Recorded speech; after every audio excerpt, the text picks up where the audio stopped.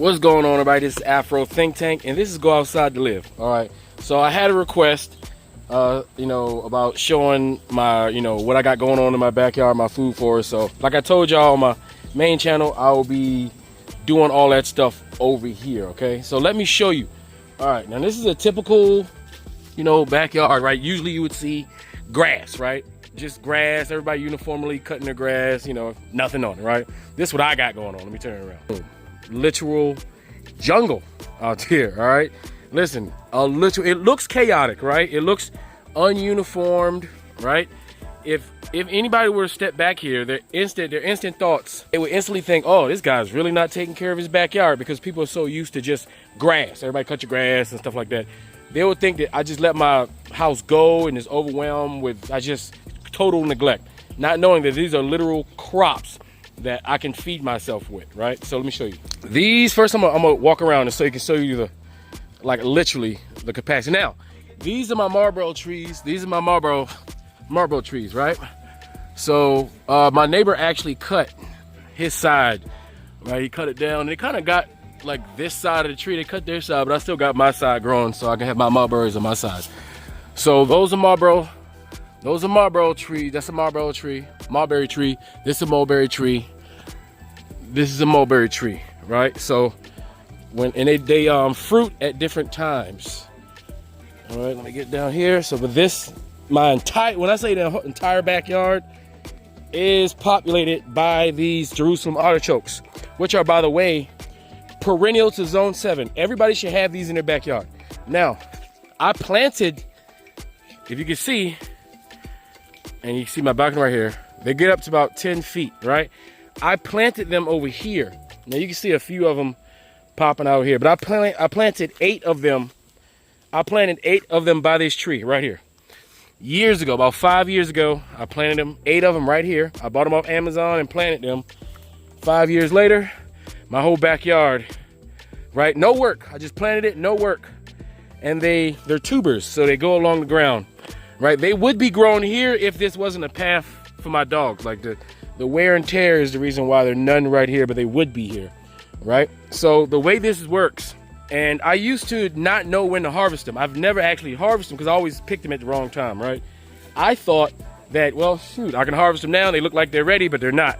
Tubers are different, as when they die off, right? When the winter time come around the fall, that's when you're supposed to hire them. That's when you're supposed to harvest them, because once they have gathered all the energy from the summer, right, they form the bulbs the tubers that's gonna start to shoot off into different lanes, right? So now I use ChatGPT. I swear AI really helped me out with this. Ever since AI tools came along, it made this a lot better, because you can literally just take a picture of any plant, take like 2-3 pictures, right, and get all the information you need, or when you can plant it, how to plant it, what kind of soil you need, if your soil is correct, when to harvest, everything. So I use the technology available to do the things to make my life a lot easier, and it has made it a lot easier, right? So as far as this is concerned, right, these will get thicker. If you see, I can literally, this is a jungle, right? And the good thing about Jerusalem artichokes is you can see I'm standing, and I have somewhat of a hill, right? So I have like the kind of backyard that are not really all that desired, because it's on a slope. So I decided to use the slope, since the slope is not being used, because you're not gonna put a table there and all that stuff. I can grow food on the slope, right? And utilizing the slope, since there is a slope, that does provide natural drainage. So that makes it good for you to be able to grow things that need lots of water, but also needs drainage, right? Which is good for perennials, like this. A lot of y'all be thinking I'm in Africa, and I'm in Maryland in my backyard. Right, and I like it that way, because you never want to advertise where you are so people can pull up on you, right? That's number one rule on YouTube if you're social media content creators. Do not advertise where you are directly, right? Do not tell people where you are to be asking, hey, where exactly are you? Never tell people exactly where you are, for your own safety. You don't know these people out here, all right? You don't know these people out here, all right? So I do nothing, okay? So keep in mind, if you plant this, if you go on Amazon and you buy Jerusalem artichokes, okay, or they call it sunchokes. They are related to the sunflower. The big sunflower plants, right? They're supposed to fly. I haven't really seen too many flowers come out of these you know, but they're supposed to flower every now and then. But some different Jerusalem artichokes flower, right? But these ones don't, right? But so let me show you. So October, November, right? What you do is now right now I can easily pull this out because the ground is soft, but you know, when the wintertime, when it get cold, the ground's gonna get a little harder, so you got to get a really good shovel, right? And you would dig around. My mistake was pulling it straight up, thinking I was gonna see the bulbs right underneath, but they shoot out. So right here, the bulbs could be way over here. So when you dig these up, you got to dig in the circumference, right? Dig in the circumference because the bulbs are stretching out and they're like laying around here per everyone. And if you can see, I have a lot. So these are replacement. These are replacement for potatoes. The potato industry, right, purposely made you believe that this was a weed, right? Didn't give you any education on this natural North American tuber that is better for you than potatoes. Anything you do with a potato, you can do with this. The problem with these though is the reason, just like mulberries, the reason why they're not commercial is because they don't have a good shelf life, right? So with something like this, for something like these things, the tubers do better when they're in the ground. So you would only, if you have them in your backyard, you would pluck them out when as needed. So when October comes around, I got October, November, December. I can just be plucking these. December, January. I just pluck them as I need them. But if you want to pull them out and store them, it's best to store them in dirt. So you would get a bucket. You will pull them out of the ground, right? But then you will put them in a bucket. Put some dirt. Put the same dirt that you dug on. Put some dirt on it, just over top of it, because something about the dirt keeps the tubers fresh, right? Keeps them maintained, right, for a longer period of time. So that's how you store them. So put them in the bucket, right, and put dirt on it, and that will maintain it. You can also pickle it, right? Something we need to get back to, because pickling is not that hard. You're talking about water, salt, and a jar. Now, if you pickle it, obviously that's going to preserve it for months, for years. I encourage, if you plant this, I encourage you, if you're going to do a food forest, I encourage you to learn how to pickle, right? Because we can't always freeze bag dry. Like sometimes that's not always so good. We can't always, we don't have all that equipment. It's simple, easy to start pickling your stuff, right? And you'll have those great savory taste for later when you want to cook it. Because if you pickle it, it's not like it's going to be a pickle. You can still cook it and do the same things that, you were doing with it before. Or you could eat it fresh. You can actually eat these fresh, out the ground. You wash them off and eat them. They taste great. Cooked, fried, sauteed, raw, pickled, anyway. And if you plant this once, a lifetime of freedom. They do run, so you will watch your edges, but I have to say, these haven't migrated to my neighbor's yard. They kind of stay here. It'd be very easy it's very easy to manage the spread because of the way they grow. You just pull them out. You don't want them growing in that section, just pull them straight out when they start growing. That's it. When they're young, you can eat the leaves. There's a lot of leaves that we can eat when young, right? So these are leaves. I can't eat these now, right? But when they were younger, I could have eaten them. So when they start young, the ones you don't want to eat, you can eat the leaves like greens, and then you let them grow. And I think there's 2 harvest periods. I got to find out when the other harvest period is. But if you can see, I got a lot. So let me show you how far it goes around. All right, so I have this. I also have an invasive in Maryland. If you know anything about this right here, about these are invasive cootie plants, right? They grow 1 foot. They can grow a foot a day. These things grow a foot a day. But I found out that the way they run is they have a large tuber that also can be eaten. Okay, this plant was brought over here. This plant was brought over here as a decorative plant from Asia, right? But it grows so much. This is the plant that ate the South. If y'all know North Carolina, South Carolina, y'all know about this plant. It's a kill. I'm telling you, it will take over your backyard if you don't take care of it. It's kind of have taken over the area.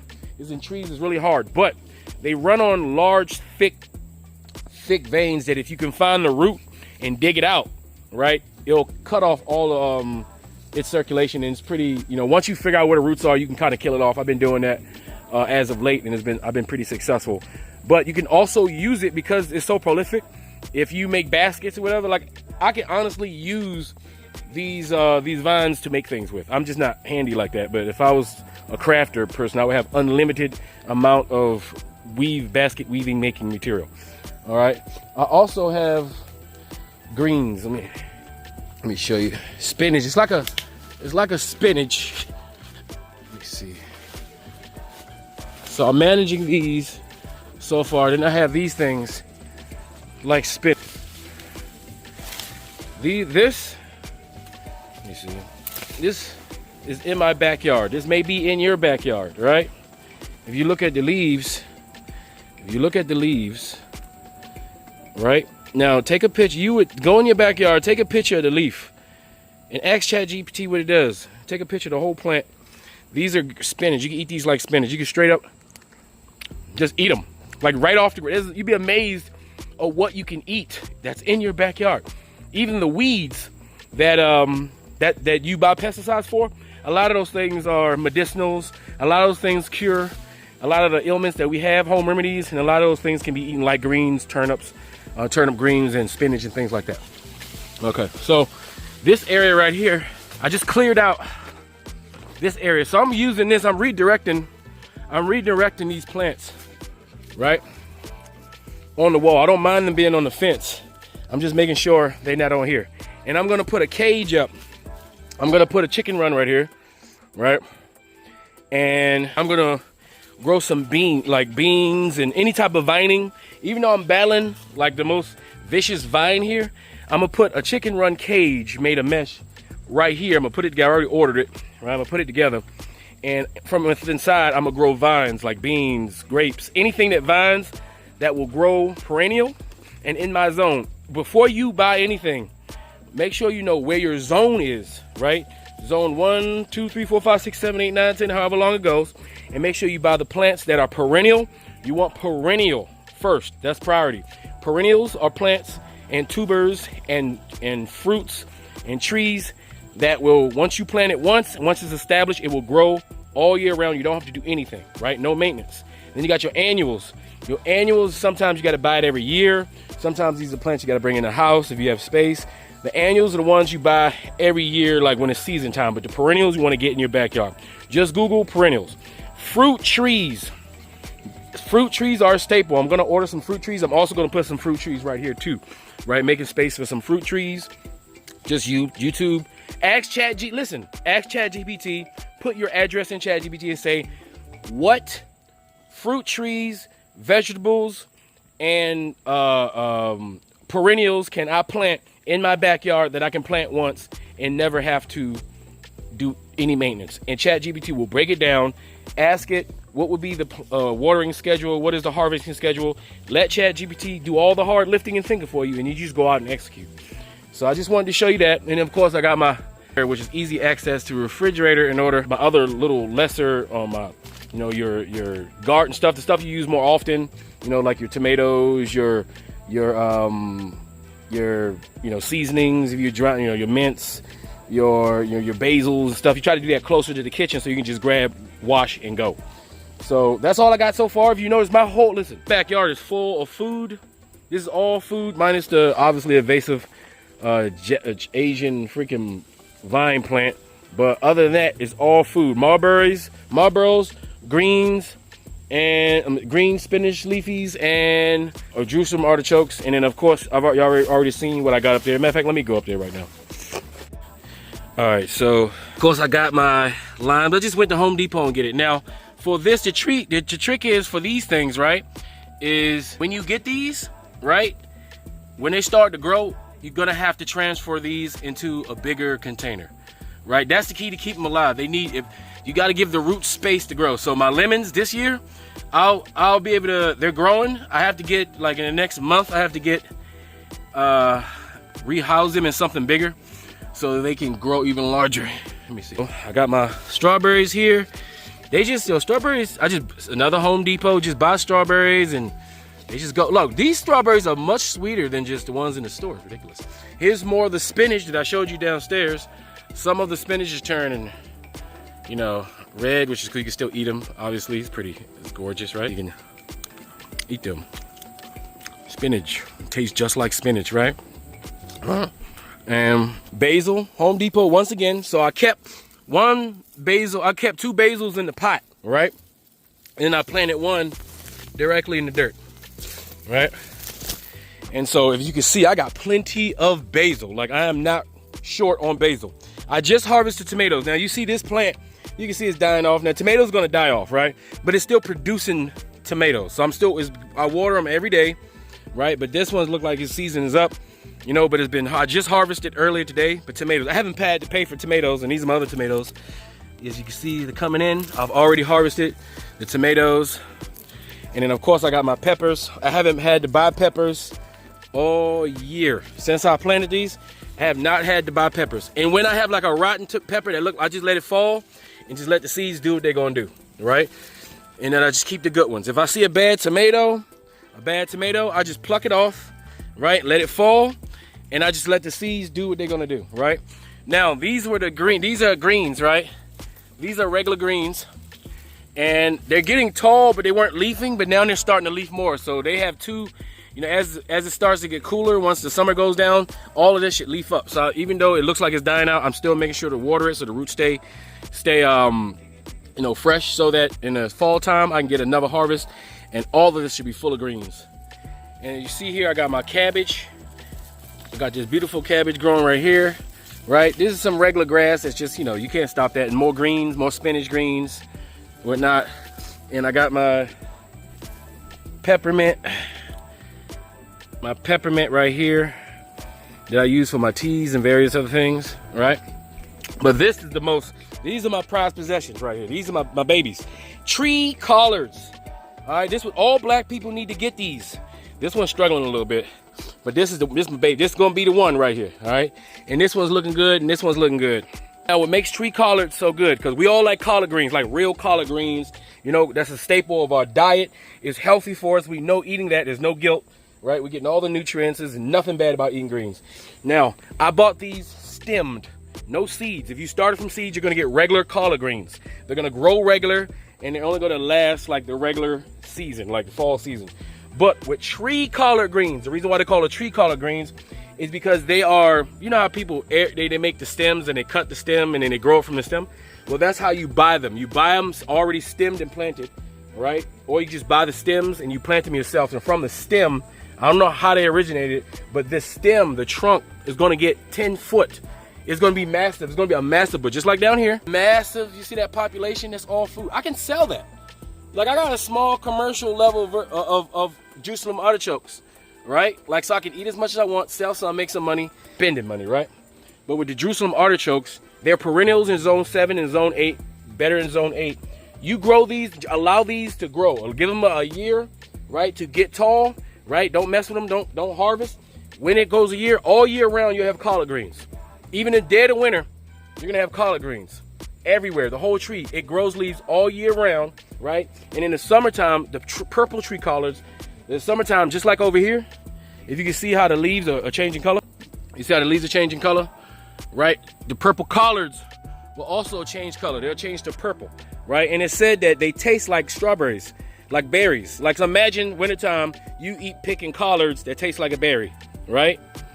That's freaking awesome. And then during the fall and the other times, you got yourself some nice healthy collard greens. And they're big, thick leaves. You know how we use spinach and we use lettuce to make our sandwiches and wraps? You can use these to make your wraps. Just Google purple tree collards. They have another version that's green tree collards. I don't have those yet, but I'm gonna get some of those. And there's other small fruiting trees that I wanna get that are containered.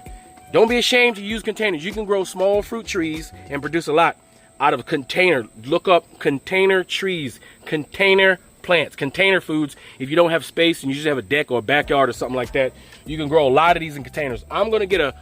Eventually I'm gonna get a 20 gallons, 20 to 30 gallons, maybe a 40 gallon will take care of this when it gets to a full adulthood, and I'll be able to move it the way I want if I want to adjust it based off my needs in my backyard. So that's all. It's freaking hot out here, but it's supposed to rain. Of course, the clouds don't disappear, but it's supposed to rain. But yeah, so I hope you enjoyed that. That's what I got going on. Like I said, this channel is for other stuff. All right, for those who like see me walking around, you know, in the background, like, what's that we got going on over there? What you got going on over there? Or what do you do when you're not yelling at FBA and white supremacy on the internet? What do you do? I do this. I live my damn life. So anyway, I hope you enjoyed this. Hope it gave you some tips. You know, I encourage you to look all this up. Google it, YouTube it, go to YouTube University, Go to freaking AI freaking university and become an expert, or right, create an expert, you know, inside the AI that will help you along. Anyway, you guys tell me what you think in the comment section. It's Afro Think Tank. Learn some, teach some. I'm out.